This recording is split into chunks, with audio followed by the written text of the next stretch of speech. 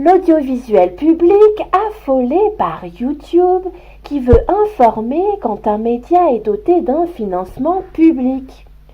Pour prévenir tout risque de propagande, la plateforme américaine avertira désormais l'utilisateur quand un média est doté d'un financement public.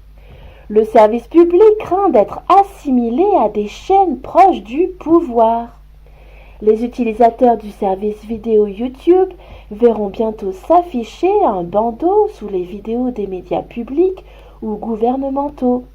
Ce label de transparence qui précise le financement de l'éditeur et renvoie vers sa page Wikipédia doit permettre aux internautes de mieux comprendre les sources des actualités qu'ils regardent. En clair, de les aider à repérer les campagnes de propagande, même si le géant américain tient à préciser qu'il ne s'agit pas d'un commentaire de YouTube sur la ligne éditoriale de l'éditeur ou de la vidéo, ni sur l'influence du gouvernement sur le contenu éditorial. Si cette mesure existe déjà depuis 1 an aux États-Unis, en Irlande, au Royaume-Uni et en Inde, son arrivée en France suscite l'embarras de l'audiovisuel public. Je cite, « On assimile des médias du service public dans des démocraties à des médias d'État dans des régimes autoritaires », se désole un cadre de France Télévisions.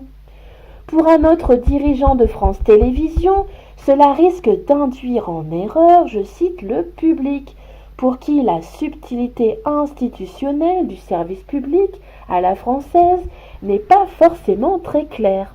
En d'autres termes, les citoyens sont des débiles. Les critères retenus suscitent aussi l'incompréhension. Pourquoi, je cite, ne pas afficher le même message quand un média est détenu par un actionnaire privé ?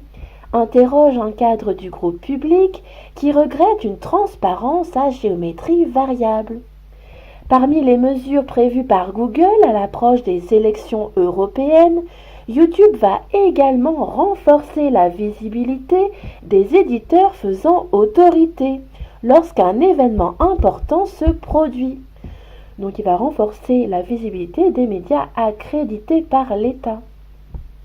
À moins d'1 mois des élections européennes, les grandes plateformes en ligne multiplient les garde-fous pour empêcher que des campagnes de manipulation de l'opinion puissent altérer le résultat du scrutin.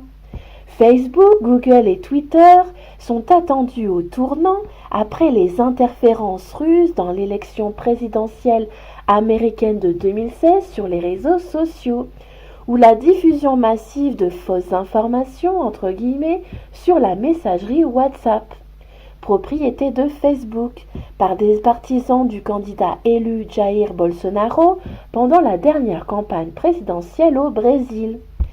Après Facebook et Twitter, Google vient lui aussi de dévoiler son arsenal pour déjouer les opérations de désinformation, entre guillemets, et les tentatives d'ingérence étrangère.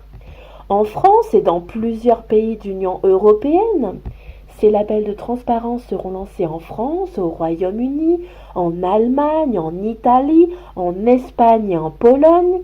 Les utilisateurs de son service vidéo YouTube verront bientôt s'afficher un bandeau sous les vidéos des médias publics ou gouvernementaux pour préciser si la source est gouvernementale ou étrangère, sans pour autant révéler les financements opaques de l'Union européenne.